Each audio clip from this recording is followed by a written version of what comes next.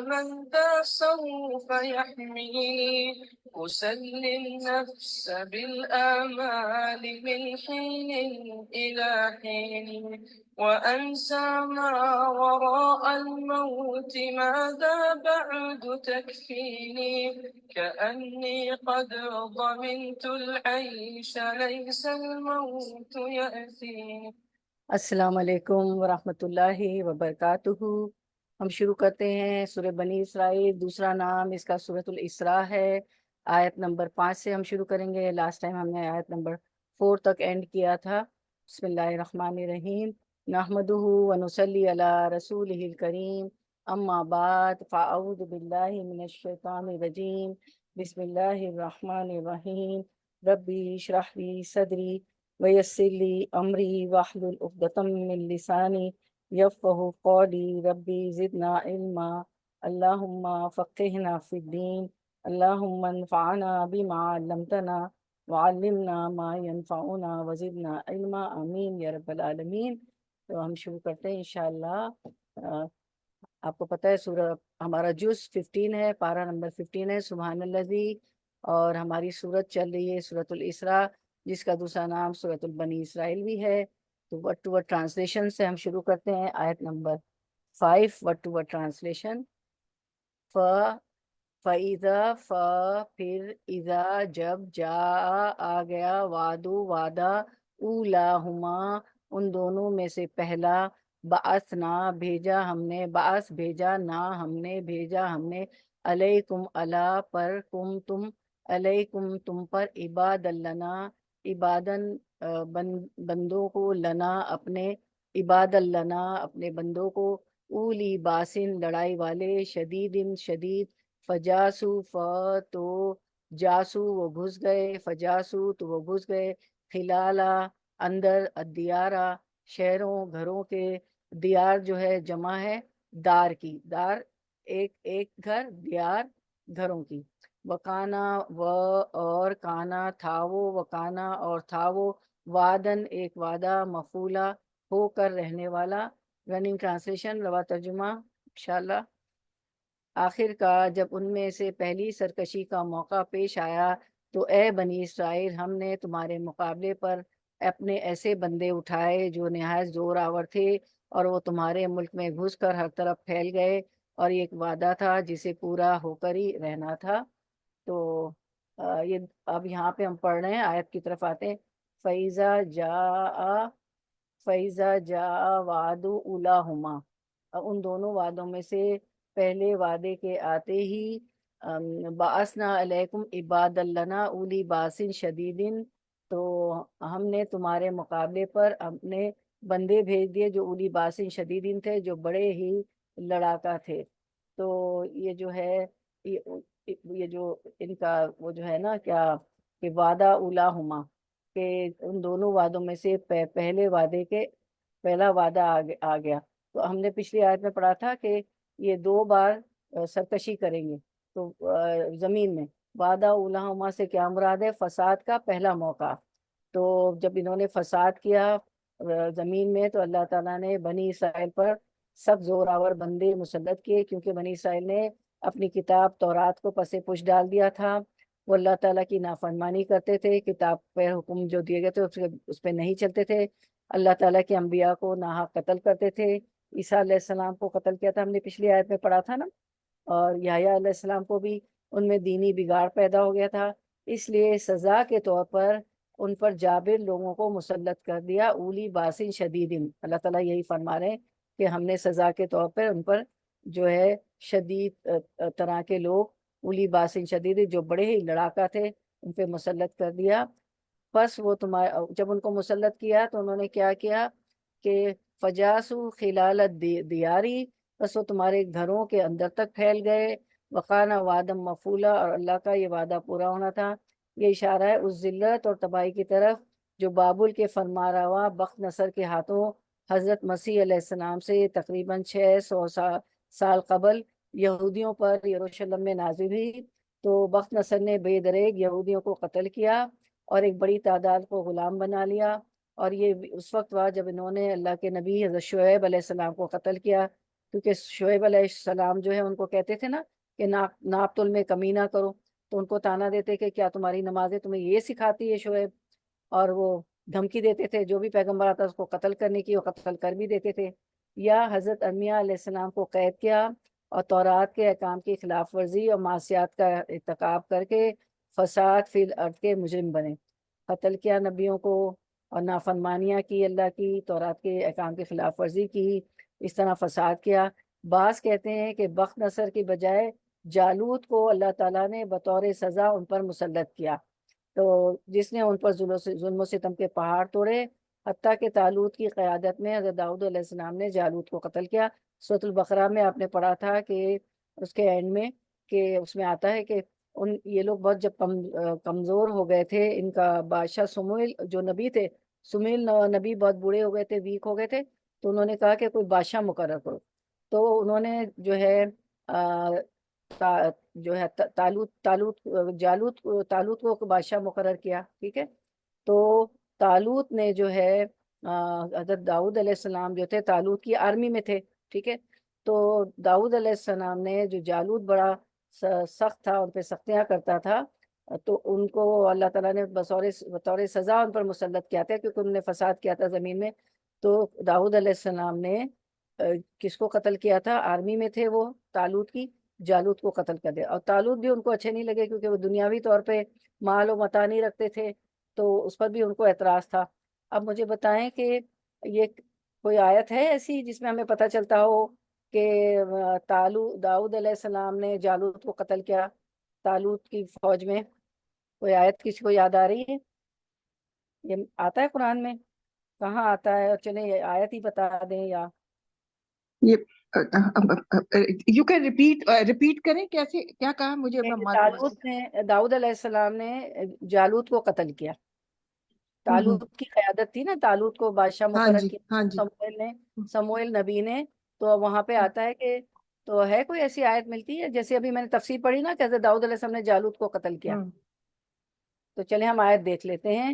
یہ آیت ہمیں ملتی ہے سورۃ البقرہ 251 میں، وَقَتَلَ داؤد جالوتا، کیسے داؤد علیہ السلام نے جالوت کو قتل کیا، داؤد علیہ السلام کے ہاتھوں جالوت قتل ہوا، ٹھیک ہے۔ تو یہ سورۃ البقرہ میں بھی ہمیں ملتا ہے، ساری اللہ تعالیٰ نے ہر چیز بیان کر دی ہے ہر جگہ، ٹھیک ہے۔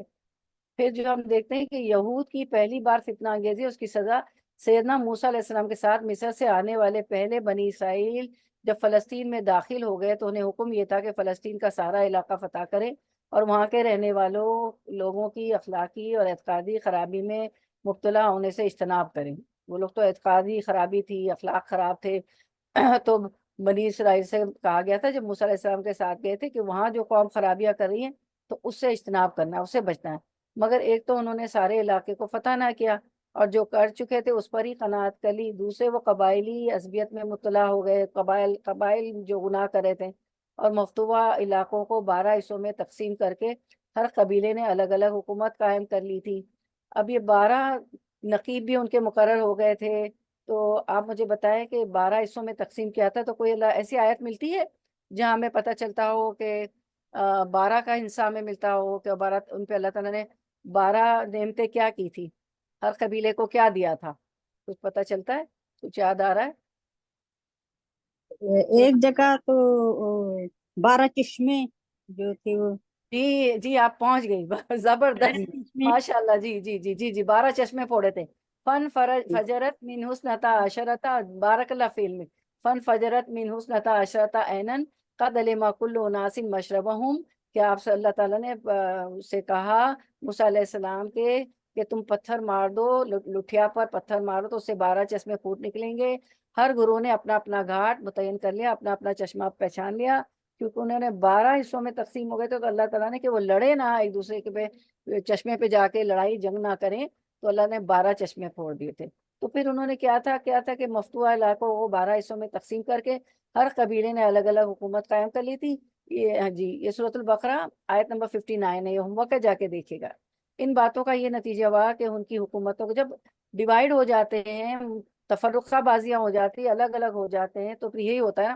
ان باتوں کا نتیجہ یہ ہوا کہ ان کی حکومت کو کبھی استحکام نصیب نہ ہو سکا، جب اکٹھے رہتے ہیں، یونائٹڈ رہتے ہیں تو بڑے فائدے ہوتے ہیں، تو ان کو استحکام نصیب نہ ہو سکا۔ سابقہ اقوام کی اخلاقی اور اعتقادی بیماریاں ہی یعنی شیر، بے حیائی اور بدکاری وغیرہ میں بھی پھیلنے لگی۔ وہ اللہ تعالیٰ کی ہدایت کو یکسر بھول گئے۔ سیدنا داؤد اور سیدنا سلیمان علیہ السلام نے بہت حد تک اصلاح کی، ان کے حالات کی، ایک دفعہ پھر سے حکومت بنی اسرائیل کو مستحکم بنا دیا، مگر جلدی بنی اسرائیل پھر سے انہی بیماریوں خرابیوں میں مبتلا ہو گئے۔ بت پرستی، بے حیائی عام ہو گئی اور حکومت بھی متزلزل ہو گئی۔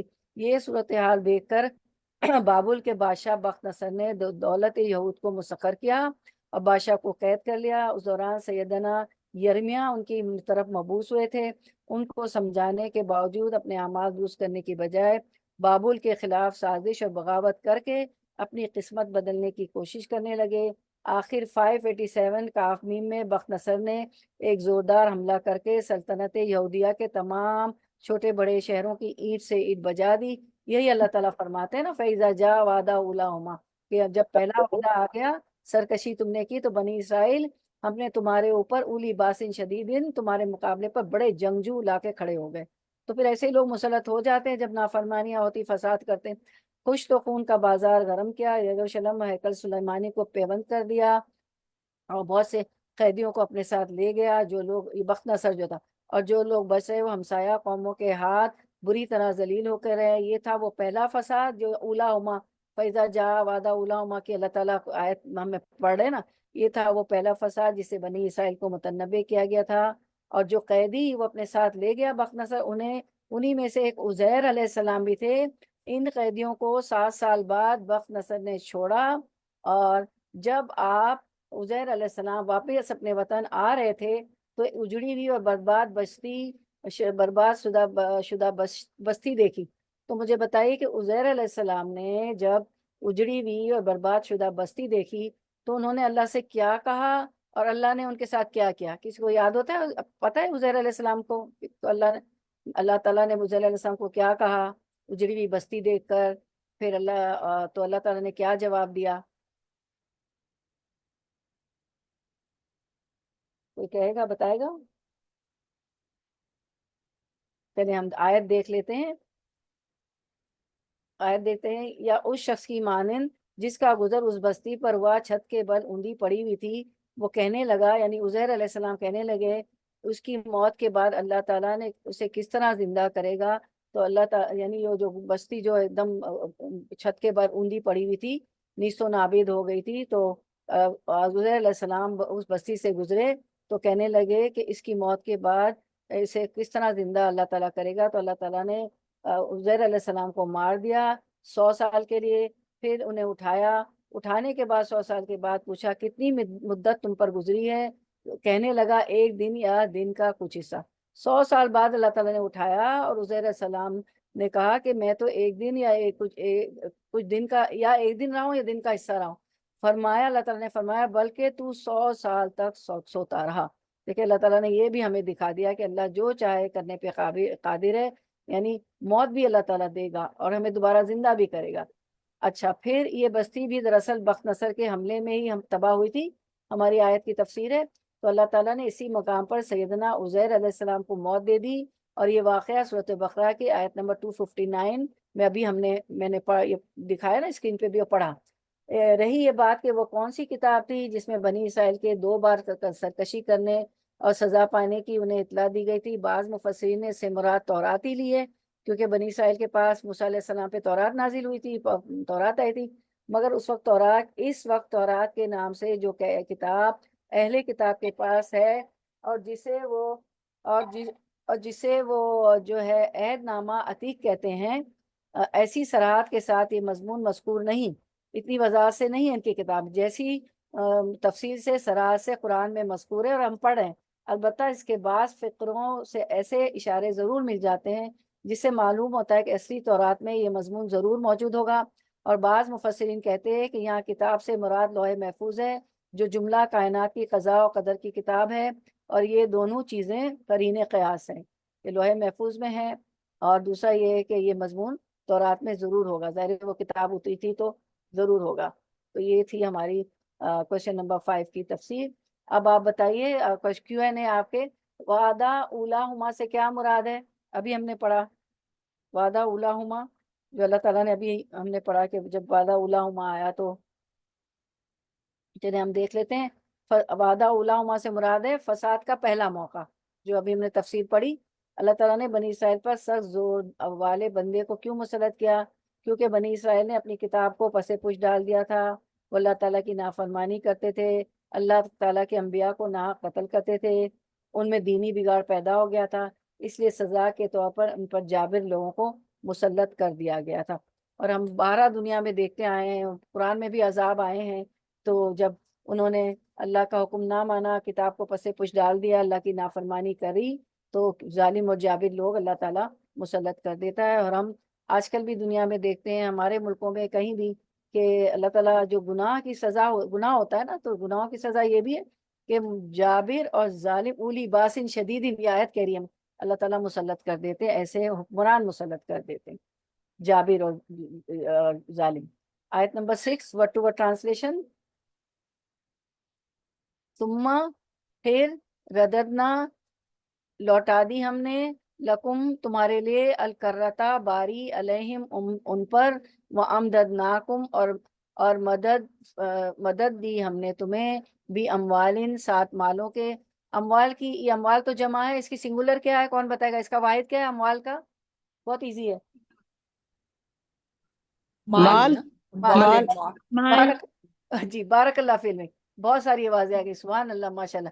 و بنینا اور بیٹوں کے، اور وجعلناکم اور جعلا کر دیا نا ہم نے کم تمہیں، وجعلناکم اور کر دیا ہم نے تمہیں اکثرا زیادہ، نفیرن نفری تعداد میں۔ رننگ ٹرانسلیشن، رواں ترجمہ۔ Next slide please. اس کے بعد ہم نے تمہیں ان پر غلبے کا موقع دے دیا، اور تمہیں مال اور اولاد سے مدد دی، اور تمہاری تعداد پہلے سے بڑھا دی۔ آیت کی طرف آتے ہیں۔ ثم رددنا لکم الکرتا، پھر ہم نے ان پر تمہارا غلبہ دے کر تمہارے دن پھیرے۔ ٹھیک ہے، اب اللہ تعالیٰ نے جب وہ دن کیوں پھیرے؟ کیونکہ انہوں نے، بنی اسرائیل نے توبہ کی، اچھے اعمال کیے، اللہ کی طرف رجوع کیا، تو اللہ تعالیٰ نے ان کے برے حالات کو اچھے حالت میں بدل دیا۔ اسی بات کو اللہ کہتے ہیں کہ ثم رددنا لکم الکرۃ علیہم، پھر ہم نے ان پر تمہیں غلبہ دے کر، بخت نصر اور جو ظالم حکمران تھے، اولی باس شدیدن، ان پر غلبہ دے کر تمہارے دن پھیر دے۔ کرتا ہے نا، کرتا علیہم، تمہارے دن پھیر دے، یعنی کہ لوٹنا، اچھے دنوں کی طرف لوٹا دیا اللہ نے، یہاں پہ ہے نا پھیر دیے، تو کرتا کاف را سے ہے نا، کر کہ تمہارے دن پھیر دیے۔ وَأَمْدَدْنَاكُمْ بِأَمْوَالٍ وَبَنِينَ، اور مال اور اولاد سے تمہاری مدد کی۔ تو مال بھی بہت ضروری ہوتا ہے، اولاد بھی بہت ضروری ہوتی ہے۔ میں تو اکثر دعا کرتی ہوں ہمیشہ کہ اللہ یہ اولاد کو ہدایت بھی دے، جتنی بھی ہو، 4 ہو، 5 ہو، 1 ہو، اور جو ہے اور اس کو ہم میری طاقت بنا دے۔ ضرور دعا کرے کہ طاقت بنا۔ آپ وہاں بھی پڑھتے ہیں نا، جب نوح علیہ السلام کی زبانی اللہ تعالیٰ نے کہلوایا سورۃ النوح میں، فَقُلْتُ اسْتَغْفِرُوا رَبَّكُمْ فَقُلْتُ اسْتَغْفِرُوا رَبَّكُمْ إِنَّهُ كَانَ تَوَّابًا يُرْسِلِ السَّمَاءَ عَلَيْكُمْ مِدْرَارًا وَيَجْعَلْ لَكُمْ جَنَّاتٍ وَيَجْعَلْ لَكُمْ جَنَّاتٍ، کہ فَقُلْتُ اسْتَغْفِرُوا رَبَّكُمْ إِنَّهُ كَانَ غَفَّارًا، کہ نوح علیہ السلام نے کہا کہ بہت استغفار کرو، وہ تمہاری مالوں اور بیٹوں سے مدد کرے گا۔ ٹھیک ہے نا، تو اللہ تعالیٰ مال اور بیٹوں سے مدد کرتے ہیں، تو ہمیشہ دعا کریں کہ مال میں بھی برکت دے، اور ہماری اولاد کو بھی ہماری طاقت بنا دے۔ تو اللہ تعالیٰ نے ان کی مال اور اولاد سے تمہاری مدد کی۔ وَجَعَلْنَاكُمْ أَكْثَرَ نَفِيرًا، اور تمہیں بڑے جتھے والا بنا دیا۔ اکثر ہے زیادہ کے لیے، بہت زیادہ، نفیرہ تعداد میں، یعنی اللہ نے پھر تمہیں تعداد میں بھی بڑھا دیا۔ تو نون فارا اس کا روٹ ورڈ ہے نفری کہتے ہیں گروہ کو، تعداد کو، جو 10 سے 3 تک کی جماعت جو ہوتی ہے نا، جماعت کنبے قبیلے کے لیے استعمال ہوتا ہے نفیرہ جو ہے نا، 3 سے 10 تک کی جماعت کنبے قبیلے کے لیے استعمال ہوتا ہے، خاص طور پر وہ جماعت جو دشمن کے مقابلے کے کو نکلے، اس کو کہتے ہیں نفیرہ۔ تو یعنی بخت نصر یا جالوت کے، اب 2 آرا ہمیں ملی نا تفسیر میں، بنی اسرائیل پہ جو ان کے گناہوں کے پاداش میں اولی باسن شدیدین، بہت زوردار زوراور لوگ، جابر ظالم لوگ مسلط کیے تھے اللہ تعالیٰ نے، تو یا تو بخت نصر تھے یا جالوت تھا نا۔ تو وہ بنی سورۃ بقرہ کے آخر میں تو ہمیں ملتا ہے نا، تو جالوت کے متعلق. اور پھر تالوت کی قیادت میں داؤد علیہ السلام نے جالوت کو قتل کیا تھا. تو یعنی بخت نصر یا جالوت کے قتل کے بعد ہم نے تمہیں پھر مال اور دولت اور بیٹوں اور جاؤ عشمت سے نوازا، جبکہ یہ ساری چیزیں تم سے چھن چکی تھی، اور پھر زیادہ جتھے والا اور طاقتور بنا دیا، کیونکہ انہوں نے توبہ کی، اچھے اعمال کیے، اللہ کی طرف رجوع کیا، تو اللہ نے ان کے برے حالات کو اچھے حالات میں بدل دیا. اب آپ کا Q&A ہے، بنی اسرائیل کے برے حالات کب اچھے حالات میں تبدیل ہوئے؟ بتائیں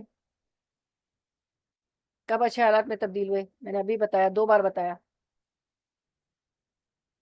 انہوں نے توبہ کی تو پھر پلٹ توبہ گئی. کی تھی، جی جزاک اللہ خیر. بنی اسرائیل نے توبہ کی، اچھے توبہ اعمال. کی تھی، توبہ استغفار کیے تھے، اچھے اعمال کیے تھے. جی جزاک اللہ خیر. اللہ کی طرف رجوع کیا. ٹھیک ہے، اب آیت number 7 word to word translation انشاءاللہ. ان اگر احسنتم، احسن بھلائی کی، تم نے احسنتم بھلائی کی، تم نے احسنتم بھلائی کی، تم نے لی انفسکم، لیے انفس. انفس کا مطلب ہوتا ہے نفسوں، تو انفس تو جمع ہے، تو اس کی سنگولر کیا ہے، واحد کیا ہے انفس کی؟ نفس.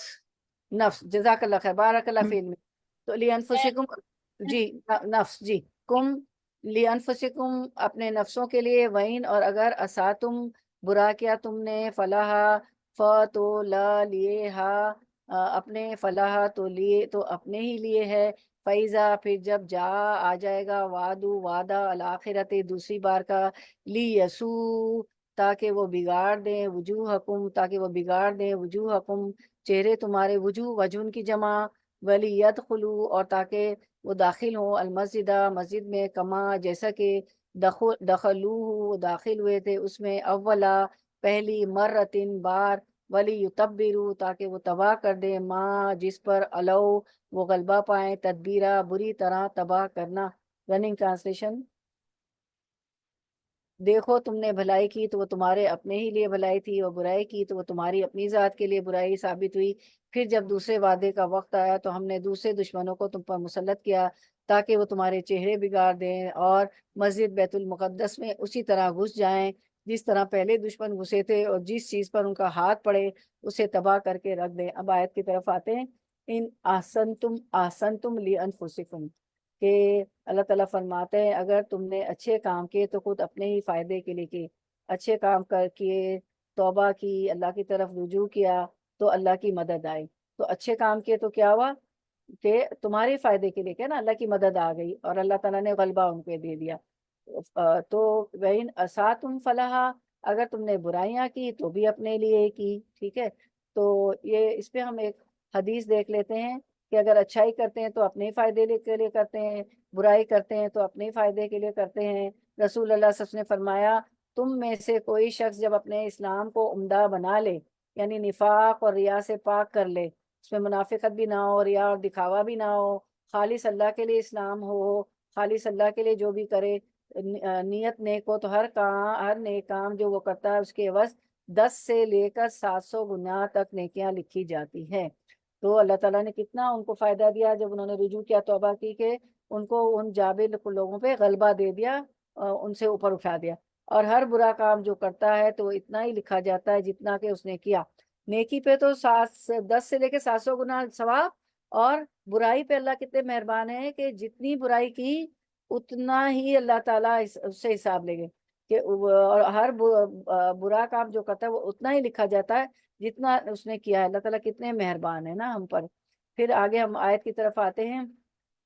فَإِذَا جَاءَ وَعْدُ الْآخِرَةِ لِيَسُوءُ وُجُوهَكُمْ تو پھر کیا ہوا جب وہ دوسرے وعدے کا وقت آیا تو ہم نے دوسرے کو بھیج دیا تاکہ وہ کیا کریں.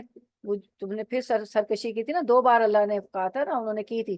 تو لِيَسُوءُ وُجُوهَكُمْ تو وہ تمہارے چہرے بگاڑ دیں، دوسرے وعدے کا وقت آیا تو، وَلِيَدْخُلُوا الْمَسْجِدَ اور وہ تمہاری مسجدوں میں گھس جائیں، مسجد میں گھس جائیں یعنی بیت المقدس میں. ٹھیک ہے، بیت المقدس میں گھس جائیں، کما دخلوا اول مرتن جیسے کہ وہ پہلی بار مسجد میں گھس گئے تھے. پہلی بار بھی یہی کیا تھا انہوں نے، لیتبروا ما علوا تدبیرا اور جس چیز پر قابو پائیں توڑ پھوڑ کر جڑ سے اکھاڑ دیں. کہ دوسری مرتبہ انہوں نے فساد برپا کیا کہ حضرت زکریا علیہ السلام کو قتل کر دیا، حضرت عیسیٰ علیہ السلام کو بھی قتل کرنے کے در پہ رہے، جنہیں اللہ تعالیٰ نے زندہ آسمان پر اٹھا کر ان سے بچا لیا۔ اس کے نتیجے میں پھر رومی بادشاہ ٹیٹس کو اللہ نے ان پر مسلط کر دیا، اس نے یروشلم پر حملہ کر کے ان کے کشتے کے پشتے لگا دیے اور بہت سو کو قیدی بنا لیا، ان کے اموال لوٹ لیے، مذہبی صحیفوں کو پاؤں تلے روندا۔ استغفر اللہ۔ ظاہر ہے پھر جو ہوتی ہے کافر قوم تو یہی کرتی ہے نا، اور بیت المقدس اور ہیکل سلیمانی کو غارت کیا اور انہیں ہمیشہ کے لیے بیت المقدس سے جلا وطن کر دیا، اور یوں ان کی ذلت اور رسوائی کا خوب خوب سامان کیا۔ یہ تباہی 70 عیسوی میں بنی اسرائیل پر آئی تھی۔ سیدنا عزیر علیہ السلام کی خدمات، اس تباہی کے بعد سیدنا عزیر علیہ السلام نے دین موسوی یعنی موسیٰ علیہ السلام کے دین کو، دین موسوی کی تجدید کیا کا بہت بڑا کام کیا، نئے سرے سے اس کو کیا، اور آپ نے قوانین شریعت کو نافذ کر کے ان اعتقادی اور اخلاقی برائیوں کو دور کرنا شروع کیا۔ یہ سب کس نے کیا؟ عزیر علیہ السلام نے، جو بنی اسرائیل کے اندر غیر قوموں کے اثر سے گھس آئی تھیں، اور بنی اسرائیل نے، ہم بھی تو یہی کرتے ہیں نا، غیر قوموں کو، پڑوسی ملک کو بہت فالو کرتے ہیں۔ ہماری شادی کی رسموں میں، ہماری کوئی بھی رسمیں ہوں تو پڑوسی ملک کی فلمیں ہم دیکھ کے اور ان کی چیزوں کو دیکھ کے بہت فالو کرتے۔ تو ان کا بھی یہی تھا کہ اعتقاد میں خرابی دوسری قوموں سے آ گئی، اخلاقی برائیاں انہوں نے ان کی اپنا لی، اور تو انسان کی سائیکک ہر دور میں ایک ہی جیسی رہی۔ اب اسی لیے اللہ تعالیٰ نے یہ ساری ہمیں آیتیں نازل کر کے بتا دی کہ تم ایسا نہیں کرنا۔ اور بنی اسرائیل نے اثر نو اللہ کی بندگی اور اس کے احکام کی پابندی کا پختہ عہد لیا، تورات کو اثر نو اپنی ذہنی یادداشت کے مطابق مرتب کر کے شائع کیا۔ دیکھیں ہم کہتے ہیں نا، ہم قرآن حفظ کرتے، عزیر علیہ السلام نے بھی اپنی ذہنی یادداشت کے مطابق تورات کو مرتب کر کے شائع کیا، اور یہودیوں کی دینی تعلیم کا بھی انتظام کر دیا۔ اس طرح 150 سال بعد بیت المقدس پھر سے آباد اور یہودی مذہب و تہذیب کا پھر سے مرکز بن گیا، بیت المقدس جو تھا، ٹھیک ہے، جہاں یہ مسجد اقصیٰ ہے۔ یہود کی دوسری بار فتنہ انگیزی اور اس کی سزا، لیکن بعد میں پھر وہی پہلی قسم کی خرابیاں بنی اسرائیل میں اثر نو پیدا ہو گئیں، شرک، بے حیائی، بدکاری عام ہو گئی، اور جب سلطنت پھر سے کئی ٹکڑوں میں بڑھ گئی تو ان کے علاقے پر رومیوں کا قبضہ ہو گیا۔ پہلے جالوت کا تھا، پھر بخت نصر کا ہوا، پھر اب دوسری بار رومیوں کا قبضہ ہو گیا، مگر یہود نے اصلاح احوال کی بجائے پھر بغاوت کا راستہ اختیار کیا۔ تو 70 عیسوی میں رومی بادشاہ ٹیٹس قیتوس، اس کا نام قیتوس بھی ہے ٹیٹس کا، نے یروشلم کو بزور شمشیر یعنی تلوار کے شمشیر کے بزور شمشیر فتح کر کے پورے علاقے کو تہس نہس کر دیا۔ قتل عام میں 1,33,000 آدمی مارے گئے، 1,33,000، اور 67,000 کے قریب غلام بنا لیے گئے۔ خوبصورت لڑکیاں فاتحین کے لیے چن لی گئی، جنہوں نے فتح کی تھی، جو سکسیسر تھے ان کے لیے چن لی گئی یہ خوبصورت لڑکیاں۔ یروشلم اور ہیکل سلیمانی کو پیوند خاک کر دیا گیا، اور فلسطین سے یہودی اثر و اقتدار کا ایسا خاتمہ ہوا کہ انہیں پھر کبھی سر اٹھانے کی جرت نہ ہوئی، اور یہ دوسری بڑی سزا تھی جو یہود کو ان کی فتنہ انگیزیوں پر اللہ تعالیٰ کی طرف سے ملی تھی۔ تو ہم دیکھ لیتے ہیں، آپ کا کوئز ہے، بنی اسرائیل کے برے حالات کب اچھے حالات میں تبدیل ہوئے؟ کون بتائے گا؟ جی آپ دے چکے ہیں اس کا جواب، پھر سے بتائیے۔ بنی اسرائیل نے کے برے حالات اچھے حالات میں کب تبدیل ہوئے؟ جب انہوں نے معافی جب مانگی، وہ جب انہوں پلٹ نے آئے۔ اپنے معافی مانگ لی نا، جب معافی مانگی اور معافی مانگ اپنے لی۔ وعدے پہ اترے تو اس وقت ان کے اچھے حالات ہو گئے، کیونکہ جی وہ ہاں، ہمیشہ جھوٹ بولتے تھے، تو جی جھوٹ ان کے سامنے، نبی پاک صلی اللہ علیہ وسلم کے سامنے جھوٹ بولتے تھے اور کام وہی کرتے تھے جو ان کے جی دل کی مرضی تھی۔ تو جب ان سب کاموں سے انہوں نے استغفار کی تو پھر جی، ان کا حالات اچھے ہوئے۔ اور مسجد میں بھی کے اندر بھی اللہ نے کہا وہ داخل ہوئے۔ کون سی مسجد کا ذکر ہے یہاں؟ مسجد یہ اقصیٰ۔ مسجد جی اقصیٰ۔ جزاک اللہ، بارک اللہ فی یا مسجد ہے۔ جید جدا ماشاء اللہ، بیت المقدس۔ چلیے آپ کے جواب کریکٹ ہے، ہم دیکھ لیتے ہیں آپ کا کیوں ہے نہیں۔ بنی اسرائیل کے برے حالات کب اچھے حالات میں تبدیل ہوئے، یہ حدیث ہم کر چکے ہیں۔ بنی اسرائیل نے جب توبہ کی، اچھے اعمال کیے، اللہ کی طرف رجوع کیا، تو اللہ تعالیٰ نے ان کے برے حالات کو اچھے حالات میں بدل دیا۔ المسجد سے اس آیت میں، آیت نمبر 7 میں مراد بیت المقدس ہے۔ آپ کے جواب بالکل کریکٹ ہے، 100%۔ آیت نمبر بارک اللہ فی علمک، آیت number 8 word to word translation, اسا امید ہے ربکم رب تمہارا ان یہ کہ یرحمکم وہ رحم کرے تم پر، وَإِن اور اگر تم لوٹو گے تم ادنا لوٹیں گے ہم، وجعلنا اور بنایا ہم نے جہنم کو للکافرین کافروں کے لیے حسیرہ قید خانہ. استغفر اللہ. Running translation. ہو سکتا ہے کہ اب تمہارا رب تم پر رحم کرے، لیکن اگر تم نے پھر اپنی سابق روش کا اعادہ کیا تو ہم بھی پھر اپنی سزا کا اعادہ کریں گے. اور کافر نعمت لوگوں کے لیے ہم نے جہنم کو قید خانہ بنا رکھا ہے.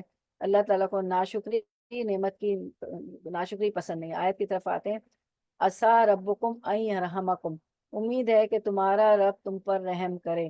تو اللہ کی ذات سے کبھی بھی مایوس نہیں ہونا چاہیے، کیونکہ اللہ تعالیٰ سے توبہ استغفار کرنا چاہیے، اللہ تعالیٰ سے ہمیشہ رحمت طلب کرنی چاہیے. اللہ تعالیٰ رحیم ہے، بہت غفور الرحیم ہے. تو اچھا، اللہ کی رحمت سے مایوس نہیں ہونا چاہیے. تو کوئی آیت یاد آ رہی ہے آپ کو؟ کوئی آیت ہے ایسی کہ اللہ کی رحمت سے نہیں مایوس ہونا چاہیے؟ کوئی بتائے گا؟ لا تقنطوا من رحمت اللہ. جزاک اللہ خیر، بارک اللہ فی علم. سورۃ الزمر، لا تقنطوا من رحمت اللہ. بارک اللہ فی. تقنطوا من رحمت اللہ، تم اللہ کی رحمت سے نا امید نہ ہو جاؤ. جی جزاک اللہ خیر. انہوں نے دیکھے ترجمہ کر دیا. تم اللہ کی رحمت سے نا امید نہ ہو جاؤ. ماشاء اللہ، بڑے انٹلیکچوئل بہنیں بیٹھی، میری بیٹیاں بھی بیٹھی ماشاء اللہ. ٹھیک ہے، اب آیت کی طرف آتے ہیں. تو کبھی بھی اللہ کی رحمت سے مایوس نہ ہو. کوئی پریشانی آئے، کوئی دکھ آئے، کوئی غم آئے، کوئی لاس ہو جائے، تو اللہ کی رحمت سے کبھی مایوس نہ ہو. اللہ تعالیٰ ضرور اس کی رحمت نازل ہوتی. اسا ربکم ان یرحمکم، امید ہے کہ تمہارا رب تم پر رحم کرے. وَإِن تم ادنن، ہاں اگر تم پھر بھی وہی کرنے لگو گے تو ہم بھی دوبارہ ایسے ہی کریں گے. یعنی کہ یہ انہیں اللہ تعالیٰ وارننگ کر رہے ہیں، تنبیہ دے رہے ہیں کہ اگر تم نے اصلاح کر لی، اپنا کریکشن کر لیا، اپنا ریفارم کر لیا، تو اللہ کی رحمت کے مستحق ہو گئے. اللہ تم پہ رحمتیں نازل کرے گا، برکتیں نازل کرے گا، جس کا مطلب دنیا اور آخرت کی سرخ روئی اور کامیابی ہے. دنیا میں بھی تمہیں کامیاب کرے گا، آخرت میں بھی کامیابی ہوگی، جنت ملے گی، اللہ کا دیدار ملے گا. اور اگر دوبارہ اللہ کی نافرمانی کا راستہ اختیار کر کے تم نے فساد فی الارض کا ارتکاب کیا تو ہم پھر تمہیں اسی طرح ذلت اور رسوائی سے دوچار کر دیں گے. دیکھیں نا، کبھی جالوت کو حاوی کر دیا، کبھی ان پہ بخت نصر کو حاوی کر دیا، کبھی وہ ٹیٹس جو بادشاہ تھا اس کو. جیسے اس سے قبل 2 مرتبہ ہم تمہارے ساتھ یہ معاملہ کر چکے ہیں، چنانچہ ایسا ہی ہوا. یہ یہود اپنی حرکتوں سے باز نہیں آئے اور وہی کردار رسالت محمدیہ کے بارے میں دہرایا اور جو رسالت موسوی اور رسالت عیسوی میں ادا کر چکے تھے. یعنی عیسیٰ علیہ السلام کے زمانے میں اور موسیٰ علیہ السلام کے زمانے میں جو یہ حرکتیں کرتے تھے، نافرمانی کی، نبیوں کو قتل کرنا اور بات مان کے نہ دینا، تو یہی حرکتیں انہوں نے آپ صلی اللہ علیہ وسلم کے دور میں بھی کیا، جس کے نتیجے میں یہ یہودی تیسری مرتبہ مسلمانوں کے ہاتھوں ذلیل و خوار ہوئے اور بصد رسوائی انہیں مدینے اور خیبر سے نکلنا پڑا. اور سورۃ الحشر کی آپ تفسیر کر چکے. میں سوچ رہی ہوں ایک دن ہم پھر سے سورۃ الحشر کر لیں گے تاکہ ہمیں پھر سے ریویژن ہو جائے. تو سورۃ الحشر میں آپ پڑھ چکے تھے کہ ان کو مدینے سے نکالا گیا اور انہیں جلا وطن کیا گیا اور پھر خیبر میں جا کے انہوں نے پناہ لی تھی. اور پھر اللہ تعالیٰ فرماتے ہیں وَجَعَلْنَا جَهَنَّمَ لِلْكَافِرِينَ حَصِيرًا، اور ہم نے منکروں کا قید خانہ جہنم بنا رکھا ہے. یعنی اس دنیا کی رسوائی کے بعد آخرت میں جہنم کی سزا اور اس کا عذاب الگ ہے جو وہاں انہیں بھگتنا پڑے گا. استغفر اللہ. اب آپ کا Q&A ہے. اسا ربکم ان یرحمکم آیت کے اس حصے میں ہمارے لیے کیا سبق ہے؟ کیا آیت پڑھی تھی ہم نے؟ ابھی آیت بھی آپ لوگوں نے سب بتائی. اسا ربکم ان یرحمکم، کہ اللہ کی رحمت سے مایوس نہ ہو. جی جزاک اللہ خیر. ہمیں کبھی بھی دکھا دیں Q&A، ہمیں کبھی بھی اللہ کی رحمت سے رحمت مایوس نہیں ہونا چاہیے. بالکل، بلکہ ہمیشہ اللہ کی رحمت کا طلبگار رہنا چاہیے. تو جلدی سے دعا مانگ لیتے ہیں. اللہم انا اسألک من فضلک ورحمتک فإنہ لا یملکها الا انت. اللہ ہم آپ کا فضل اور آپ کی رحمت مانگتے ہیں کیونکہ اس کو دینے پر آپ کے سوا کوئی قادر نہیں ہے، اللہ ہی دے سکتا ہے. آیت number 9 word to word translation انشاءاللہ.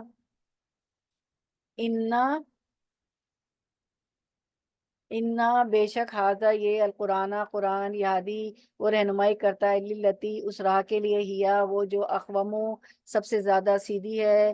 جب الف آتا ہے نا تو سب سے زیادہ ہو جاتا ہے. ٹھیک ہے، تو وَيُبَشِّرُ اور وہ خوشخبری دیتا ہے المؤمنین ایمان والوں کو، الذین وہ جو یعملون عمل کرتے ہیں، عین میم لام عمل اس کا روٹ ورڈ ہے، الصالحاتی نیک، انا بے شک لہم لا لیے ہم ان کے لیے اجرن اجر ہے، کبیرہ بہت بڑا۔ رننگ ٹرانسلیشن روا ترجمہ۔ حقیقت یہ ہے کہ یہ قرآن وہ راہ دکھاتا ہے جو بالکل سیدھی ہے، جو لوگ اسے مان کر بھلے کام کرنے لگے انہیں یہ بشارت دیتا ہے کہ ان کے لیے بڑا اجر ہے۔ تو ہم آیت کی طرف آتے ہیں کہ ان ھذا القرآن یہدی للتی ہی اقوم، یقیناً یہ قرآن وہ راستہ دکھاتا ہے جو بہت ہی سیدھا ہے، جو بہت لاجیکل ہے، جو بہت ماڈریٹ ہے، جو بہت بیلنس ہے، ٹھیک ہے۔ وَيُبَشِّرُ اور جو اس کو مان کے چلتا ہے، جو نیک عمل کرتا ہے، اس کے لیے خوشخبری ہے۔ وَيُبَشِّرُ الْمُؤْمِنِينَ الَّذِينَ يَعْمَلُونَ الصَّالِحَاتِ أَنَّ لَهُمْ أَجْرًا كَبِيرًا، اور ایمان والوں کو خوشخبری ہے جو نیک اعمال کرتے ہیں، اس کو اس بات کی خوشخبری دیتا ہے یہ قرآن کہ ان کے لیے بہت بڑا اجر ہے۔ تو اس سے پہلے تورات کا ذکر ہو رہا تھا جس پر عمل پیرا نہ ہونے کی وجہ سے بنی اسرائیل پر متعدد بار دینی اور دنیاوی مصائب نازل ہوئے، در حالانکہ انہیں پہلے سے ہی متنبع کر دیا گیا تھا، اللہ نے پہلے سے وارننگ دی تھی کہ اگر تم اس پر عمل نہ کرو گے تورات پر تو تمہارا ایسا انجام ہوگا۔ اس کے بعد قرآن مجید کی متعلق دو باتیں ارشاد فرمائیں اس آیت میں، ایک یہ کہ تمام دینی اور دنیاوی معاملات میں جو کچھ بھی اچھے سے اچھے دستور اور منزل مقصود کا جو راستہ سب سے سیدھا ہے، اسی کی طرف یہ قرآن رہنمائی کرتا ہے۔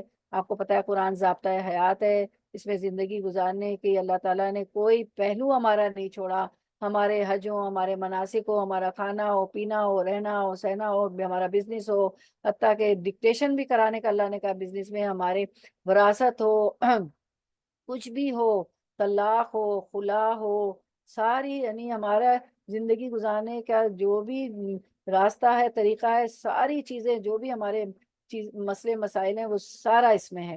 تو یہ اسی کی طرف قرآن رہنمائی کرتا ہے، مکمل ضابطہ حیات ہے کہ زندگی کیسے گزارنی، نمبر ایک یہ، ٹھیک ہے۔ پھر قرآن نے انسان کی ہدایت، پھر اس کی سعادت اور شقاوت سے متعلق کوئی بات نہیں چھوڑی کہ کیا کرو گے تو ہدایت ملے گی اور تم سعید ہو جاؤ گے، خوشبخت ہو جاؤ گے، اور کیا نہیں کرو گے، اس کو مان کے نہیں چلو گے تو شقاوت ملے گی، تم شقی اور بد نصیب ہو جاؤ گے۔ دوسرے یہ کہ اچھے اور برے کاموں کے انجام سے بھی پوری تفصیل سے آگاہ کرتا ہے کہ اچھا کیا تو کیا انجام ہے اور برا کیا تو کیا ہے، جزا اور فضا سب بتا دی، جزا اور سزا سب بتا دی، جس کا ظہور عالم آخرت میں ہوگا، جبکہ تورات میں آخرت سے متعلق بہت کم تفصیلات دی گئی تھیں، اور قرآن میں کیا کچھ خوبیاں و کمالات ہیں وہ ہم اس میں دیکھ لیتے ہیں اسکرین پر۔ قرآن میں کیا کچھ خوبیاں و کمالات ہے جو اس حدیث میں ہم ملاحظہ فرماتے دیکھتے ہیں۔ قرآن بہترین کلام کیسے ہے؟ حارث آور کہتے ہیں کہ میں مسجد میں سیدنا علی رضی اللہ عنہ سے ملا اور کہا دیکھیے یہ لوگ کیسی باتوں میں لگے ہوئے ہیں۔ سیدنا علی رضی اللہ عنہ نے کہا کہ میں نے رسول اللہ صلی اللہ علیہ وسلم سے سنا ہے، آپ نے فرمایا سن لو ان قریب ایک فتنہ برپا ہوگا۔ میں نے پوچھا یا حضرت آور، ٹھیک ہے، حارث آور رضی اللہ عنہ، یا رسول اللہ اس فتنے سے بچاؤ کی کیا صورت ہے؟ آپ نے فرمایا اس سے بچاؤ کی صورت اللہ کی کتاب ہے جس میں تم سے پہلے لوگوں کی بھی حالات ہیں، ابھی ہم نے پڑھے نا بنی اسرائیل کے، اور بعد والوں کے بھی، اور تمہاری باہمی معاملات کے متعلق حکم بھی ہے۔ وہ دو ٹوک بات کہتا ہے، قرآن ہنسی مذاق کی بات نہیں کہتا۔ جس نے قرآن کو حقیر سمجھ کر چھوڑ دیا اللہ اس کے ٹکڑے ٹکڑے کر ڈالے گا، جس نے قرآن کے علاوہ دوسری چیزوں سے راہ ڈھونڈی اللہ اسے گمراہ کر دے گا۔ وہ اللہ کی مضبوط رسی ہے اور حکمتوں سے لبریز نصیحت ہے، وہی صراط مستقیم ہے جس سے خواہشات کجرو نہیں ہوتی اور لوگوں کی زبانیں اسے مشکوک نہیں بناتی، اس سے عالم لوگ سیر نہیں ہوتے، اسے بار بار پڑھنے سے جی نہیں اکتاتا۔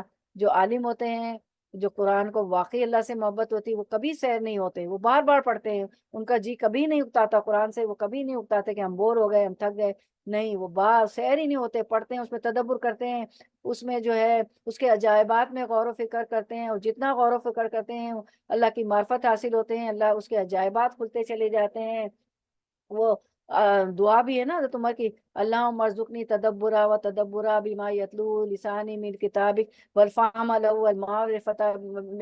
والمعرفت بمانی والنظر فی العجائب والعمل ذالک ما بقیت، کہ اللہ اس میں غور و فکر و تدبر کرا دے، اس کے عجائبات مجھے مجھ پر کھول دے، اور جو ہے اس کی جو ہے اس پہ عمل کرنے والے مجھے بنا دے۔ تو قرآن ایسی کتاب ہے جب اسے جنوں نے سنا تو فوراً بول اٹھے کہ ہم نے عجیب قرآن سنا ہے، سو ہم اس پر ایمان لاتے ہیں، اور فوراً جن گئے اور تبلیغ بھی کر دی، اپنے دوسرے جنوں کو بھی کہہ دیا کہ موسیٰ علیہ السلام کے بعد جس پیغمبر نے آنا تھا وہ آ چکے ہیں، اور آپ صلی اللہ علیہ وسلم نماز پڑھا رہے تھے تو اس میں جن بھی شامل ہو گئے، پھر آپ صلی اللہ علیہ وسلم کو اللہ نے وحی کے ذریعے بتایا تھا۔ تو جب اسے جنوں نے سنا تو فوراً وہ تو آپ صلی اللہ علیہ وسلم نے کہا کہ تم سے اچھے تو جن ہیں، کہ جب انہیں کہا گیا کہ فَبِأَيِّ آلَاءِ رَبِّكُمَا تُكَذِّبَانِ، تو وہ جواب دے رہے تھے کہ ہم اللہ کی تیری کسی نعمت کی ناشکری نہیں کرتے، نہیں جھٹلاتے۔ تو جب اسے جنوں نے سنا تو فوراً بول اٹھے کہ ہم نے عجیب قرآن سنا ہے، سو ہم اس پر ایمان لاتے ہیں، جس نے قرآن کے مطابق کلام کیا اس نے سچ کہا، اور جس نے اس کے مطابق عمل کیا اسے اجر دیا جائے گا، اور جس نے اس کے مطابق فیصلہ کیا اس نے عدل کیا، اور جس نے لوگوں کو قرآن کی طرف بلایا اسے سیدھی راہ دکھلا دی۔ اور یہ باتیں خوب یاد رکھ لو، حضرت علی کرم اللہ وجہ نے کہا کہ یہ باتیں خوب یاد رکھ لو، تو ہمارے لیے بھی یہ میسج ہے، اس کا اسکرین شاٹ لیں اور اس کو یاد رکھیں کہ قرآن کیا ہے، کیونکہ ہمیں آیت بتا رہی ہے ہماری ان حاضر قرآن یہادی للتی یا اقوما، کہ یہ قرآن تو وہ سیدھا راستہ ہے جو سب سے سیدھا ہے، اور جو لوگ ایمان لاتے اور نیک عمل کرتے ہیں انہیں بشارت دیتا ہے کہ ان کے لیے بہت بڑا اجر ہے۔ ٹھیک ہے، اچھا اب اس کا آپ کا Q&A ہے۔ قرآن کی کون سی 2 خوبیاں اس آیت میں بیان کی گئیں؟ میں نے تفسیر بھی بتا دی، آیت سامنے آئے گی، آپ کے بتائیں کون سی 2 خوبیاں ہیں،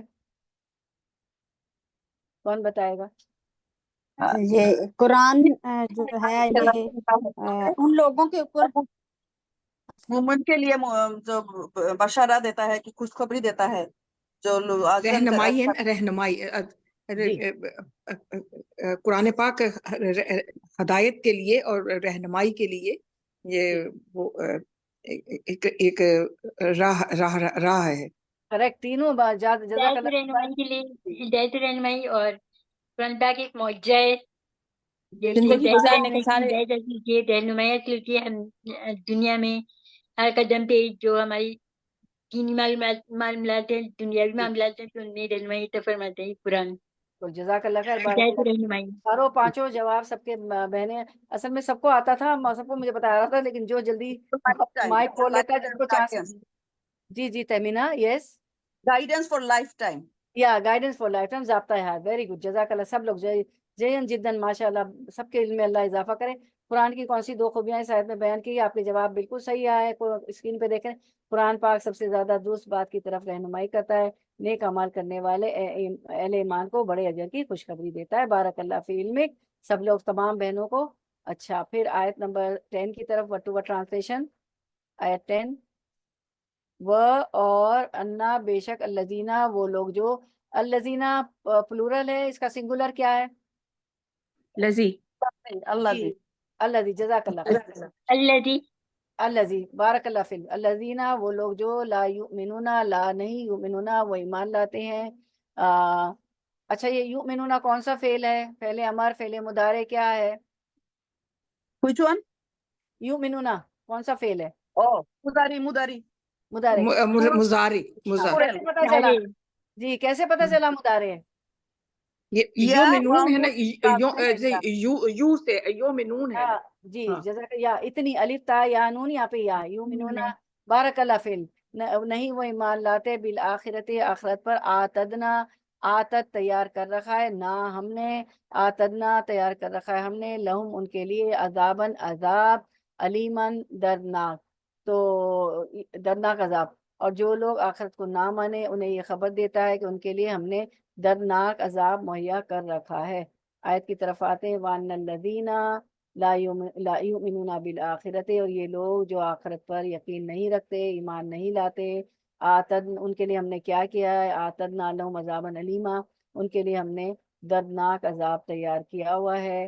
اور آپ کو پتہ ہے کہ قرآن جو ہے 3 چیزوں سے بات کر ٹاپک 3 ہے، توحید، رسالت اور آخرت۔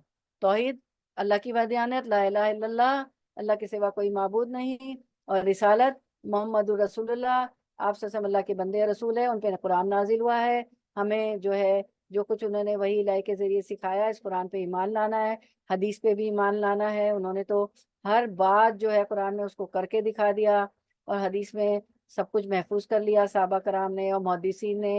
اور جو ہے پھر آخرت پہ ایمان بہت ضروری ہے، کیونکہ آخرت کے ڈر سے ہی انسان بچتا ہے اور نیک کام کرتا ہے اور تقوی اختیار کرتا ہے۔ تو توحید، رسالت اور آخرت، ٹھیک ہے، یہ 3 چیزیں ہیں۔ اور جو آخرت پر یقین نہیں رکھتا ان کے لیے اللہ تعالیٰ نے عذاب علیم، دردناک عذاب تیار کر رکھا ہے، اور پتہ ہی آپ کو کہ جہنم کی آگ ہے۔ پھر کن کے لیے عذاب علیم ہے؟ آپ کا Q&A ہے، کیا بتایا؟ آیت بھی سامنے ہی آپ کے، کن کے لیے عذاب علیم ہے؟ جو اللہ تعالیٰ کی جو وحدانیت پہ آخرت پہ یقین نہیں ایمان رکھتے، نہیں آپ صلی اللہ علیہ رکھتے، وسلم پہ ایمان نہیں رکھتے، اور آخرت پہ ایمان نہیں رکھتے۔ بھیا کی بارک اللہ، جو آخرت پہ منافقوں ایمان کے نہیں لیے، رکھتے، منافقوں کے لیے، اور جی منافقوں جو کے کہ لیے جو آخرت پہ ایمان پہ نہیں رکھتے، جی، جزاک جو اللہ آخرت پہ ایمان نہیں خیر۔ رکھتے، منافقوں کے لیے۔ اتنا اچھا پارٹیسپیشن ہوتا ہے آپ لوگ کا Q&A میں۔ کن کے لیے عذاب علیم ہے؟ آخرت پر ایمان نہ لانے والوں کے لیے عذاب علیم ہے۔ اور آپ لوگوں نے اپنی نالج سے اور بھی باتیں ماشاءاللہ بتائی تھی، سارے پوائنٹس ماشاءاللہ۔ آیت نمبر 111، اللہ آپ لوگ کے علم میں اضافہ کرے، اللہ راضی ہو جائے ہم سب سے کہ اتنی پارٹیسپیشن اچھی، اتنے غور سے سب سن رہے ہیں، تدبر کر رہے ہیں۔ وَيَدْعُو، وہ اور یدعو دعا کرتا ہے، الانسان و انسان، بالشری شر برائی کی، دعا کرتا ہے، دعا کرنا ہو اس کا، جیسا دعا کرنا اس کا، بالخیری خیر بھلائی کی، وکانا اور ہے الانسان و انسان، عجولا بہت جلد باز۔ دیکھیں ہماری اللہ نے بتا دی کیریکٹرسٹک کہ ہم ہیں کیا، بہت جلد باز ہے۔ رواں ترجمہ رننگ کلاس، انسان شر اس طرح مانگتا ہے جس طرح خیر مانگنی چاہیے، انسان بڑا ہی جلد باز واقع ہوا ہے۔ آیت کی طرف آتے وید الانسان بالشر دعاءہ بالخیر، اور انسان برائی کی دعائیں مانگنے لگتا ہے بالکل اس کی اپنی بھلائی کی دعا کی طرح۔ وکان الانسان عجولا، انسان ہی بڑا جلد باز ہے، بہت عجول، بہت عجلت کرتا ہے، بہت جلدی کرتا ہے۔ اور جلدی کیا ہے؟ شیطان کا کام ہے۔ تو دعاؤں میں بھی یہ کرتا ہے، کیا کرتا ہے؟ اچھی دعائیں مانگے گا، جب قبول نہیں ہوگی تو بری دعائیں مانگنے کا لگ جائے گا، جب پریشانی آئے گی بہت لمبا وقت ہو جائے گا کہ میری تو دعائی نہیں قبول ہوتی ہے، اللہ کرے ایسا ہو ہی نہ، یعنی اپنی زبان سے۔ تو انسان چونکہ جلد باز اور بے حوصلہ عجولہ ہے، اس لیے جب اسے تکلیف پہنچتی ہے تو اپنی ہلاکت کے لیے اس طرح دعا کرتا ہے جس طرح بھلائی کے لیے اپنے رب سے دعائیں کرتا ہے۔ یہ تو رب کا فضل و کرم ہے کہ وہ اس کی بد دعاؤں کو قبول نہیں کرتا، اور جو ہے انسان بعض دفعہ حالات سے تنگ آ کر، مایوس ہو کر، ضد میں آ کر، لوگوں کی طرف سے جو تکالیف پہنچتی ہے اس کو، مصیبتیں پہنچتی ہے، اذیتیں پہنچتی ہے، اور غم اس کو غم لاحق ہو جاتا ہے، تو غم کی وجہ سے، غصے کی وجہ سے، کبھی ایموشنل ہو کے، جذبات میں آ کر، اکتاہٹ میں اپنے لیے بھلائی کی بجائے برائی کی دعا کر لیتا ہے، بددعائیں کرنے لگتا ہے، شر کی دعا مانگنے لگتا ہے۔ جیسے بعض دفعہ انسان اپنے بچوں کو ہی بددعا دینے لگتا ہے، بہت جب تنگ آ جاتا ہے تو بچوں کو بھی بددعائیں دینے لگتا ہے۔ انسان بظاہر تو اپنے لیے بھلائی مانگتا ہے، لیکن حقیقت میں اس بھلائی کے اندر شر چھپا ہوتا ہے، بعض دفعہ بھلائی میں بھی شر ہوتا ہے، اس کو نہیں پتا ہوتا۔ جیسے انسان اپنے لیے مال کی دعا کرتا ہے اور مال ملنے پر آخرت سے غافل ہو جاتا ہے، اب وہ مال اس کے لیے شر ثابت ہو گیا ہے نا، کیونکہ مال میں وہ بھول ہی جاتا ہے آخرت کو، عبادت کو، سب کو، تو دنیا میں ہی مگن اور مدہوش ہو جاتا ہے، مال ملتا ہے، اور یہ مال اس کے لیے بھلائی کی بجائے شر کا ثابت ہو جاتا ہے۔ کیوں ایسا کرتا ہے وہ؟ جس طرح بھلائی کی، اچھائی کی دعا مانگتا ہے، خیر کی، اس طرح شر کی دعا اس لیے مانگتا ہے کیونکہ وہ جلد باز ہے، اسے تکلیفیں اور مایوسیاں اور غم برداشت نہیں ہوتے ہیں۔ تو اس کے ایک معنی تو یہ ہے کہ جس طرح انسان خیر کے طلب کرنے میں جلدی کرتا ہے، اسی طرح شر عذاب کے طلب کرنے میں بھی جلدی مچاتا ہے۔ تو اسی بات کو سورۃ یونس میں اللہ تعالیٰ فرماتے ہیں، سورۃ یونس 11 میں کہ اور وَلَوْ يُعَجِّلُ اللَّهُ لِلنَّاسِ شَرَّ اسْتِعْجَالَهُم بِالْخَيْرِ لَقُضِيَ إِلَيْهِمْ أَجَلُهُمْ فَنَذَرُ الَّذِينَ لَا يَرْجُونَ لِقَاءَنَا فِي طُغْيَانِهِمْ يَعْمَهُونَ، اور اگر اللہ لوگوں کو پر جلدی سے نقصان واقع کر دیتا کر دیا کرتا جس طرح وہ فائدے کے لیے جلدی مچاتے ہیں تو ان کا وعدہ کبھی سے پورا ہو چکا ہوتا. سو ہم نے ان لوگوں کو جن کو ہمارے پاس آنے کا یقین نہیں ہے ان کے حال پر چھوڑ رکھتے ہیں کہ اپنی سرکشی میں بھٹکتے رہیں. اس کے ایک معنی تو یہ ہے کہ جس طرح انسان خیر کے طلب کرنے میں جلدی کرتا ہے اسی طرح وہ شر عذاب کے طلب کرنے میں بھی جلدی مچاتا ہے. اللہ کے پیغمبروں سے کہتا ہے کہ اگر تم سچے ہو تو وہ عذاب لے کر آؤ جس سے تم ہمیں ڈراتے ہو. تو قریش مکہ یہی کہتے تھے نا، ابو لہب ابو جہل وغیرہ. اللہ تعالیٰ فرماتا ہے کہ اگر ان کے اس مطالبے کے مطابق ہم جلدی عذاب بھیج دیتے تو کبھی کہ یہ موت اور ہلاکت سے دو چار ہو چکے ہوتے، لیکن ہم مہلت دے کر انہیں پورا موقع دیتے ہیں. دوسرے معنی یہ ہے کہ جس طرح انسان اپنے لیے خیر اور بھلائی کی دعائیں مانگتا ہے جنہیں ہم قبول کرتے ہیں، اسی طرح جب انسان غصے یا تنگی میں اللہ بھلائی کی دعا قبول کر لیتے ہیں. اسی طرح جب انسان غصے یا تنگی میں ہوتا ہے تو اپنے لیے، اپنی اولاد وغیرہ کے لیے، اپنے مال کے لیے بددعائیں کرتا ہے، اپنے جانوروں کے لیے بددعائیں کرتا ہے جنہیں ہم اس لیے نظر انداز کر دیتے ہیں کہ یہ زبان سے تو ہلاکت مانگ رہا ہے مگر اس کے دل میں ایسا ارادہ نہیں ہے. اللہ کتنے مہربان ہیں کہ اس کو اللہ نظر انداز کر دیتے اس کی بددعاؤں کو.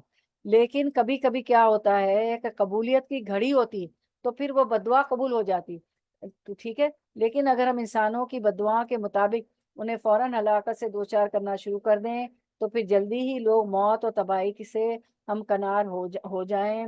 تو انسان بیزاری کی حالت میں بددعا کرتا ہے. تو اللہ تعالیٰ نے بددعا کرنے کی مذمت کی ہے کہ بددعا نہ کرو، کیونکہ کبھی کبھی کیا ہوتا ہے کہ قبولیت کی بھی گھڑی ہوتی ہے نا. والد کی اولاد کے خلاف بھی بددعا قبول ہو جاتی ہے، اس لیے والد کو، باپ کو بھی، ماں باپ کو بھی بچے کو بددعا نہیں دینا چاہیے. مظلوم کی دعا قبول ہو جاتی ہے، ٹھیک ہے. سفر میں دعا قبول ہوتی ہے تو سفر میں بھی بچوں کے لیے، امت مسلمہ کے لیے اچھی اچھی دعائیں کریے. قبولیت کے وقت جو ہوتی ہے دعائیں کیا کرے، جمعے کی نماز کے بعد، ہر اذان کے بعد دعا قبول ہوتی ہے. جمعے میں ایک گھڑی ہوتی ہے عصر سے مغرب تک، علماء کہتے ہیں نا کہ عصر سے مغرب، اللہ عالم، اس میں دعا قبول ہوتی ہے. چاہے زمزم پہ آپ جائیں تو دعا قبول ہوتی ہے، زمزم پیتے وقت قبول ہوتی ہے، مقام ابراہیم پہ قبول ہوتی ہے، وہاں تو ہر جگہ دعائیں قبول ہوتی ہے. تہجد کے وقت دعا بہت قبول ہوتی ہے. تو قبولیت کے وقت بھی دعا مانگا کرے. اس کی بھی ایک ہے نا کافی تفصیل ہے دعا قبولیت کی وقت کی بھی. اور پھر آپ صلی اللہ علیہ وسلم نے فرمایا، حدیث ہم دیکھتے ہیں کہ تم اپنے لیے بھلائی کے، تو حدیث دیکھ لیتے ہیں کہ تم اپنے لیے بھلائی کے علاوہ اور کوئی دعا نہ کرو کیونکہ تم جو کہتے ہو فرشتے اس پر آمین کہتے ہیں. ٹھیک ہے. تو ہمیشہ بھلائی کی دعا کریں، عجولہ مت بنے، عجلت نہ کریں غموں سے، مشکلوں سے، یا دیر ہو گئی دعا پوری ہونے میں، قبول ہونے میں، تو جلد بازی میں بددعا نہ کرے کیونکہ جو بھی دعا کرتے ہیں فرشتے اس پر آمین کہتے ہیں اور کبھی قبولیت کی گھڑی ہوتی. پھر ایک اور حدیث ہے صحیح مسلم کی، اپنے آپ کو بددعا نہ دو، نہ اپنی اولاد کو بددعا دو، نہ اپنے مال مویشی کو بددعا دو.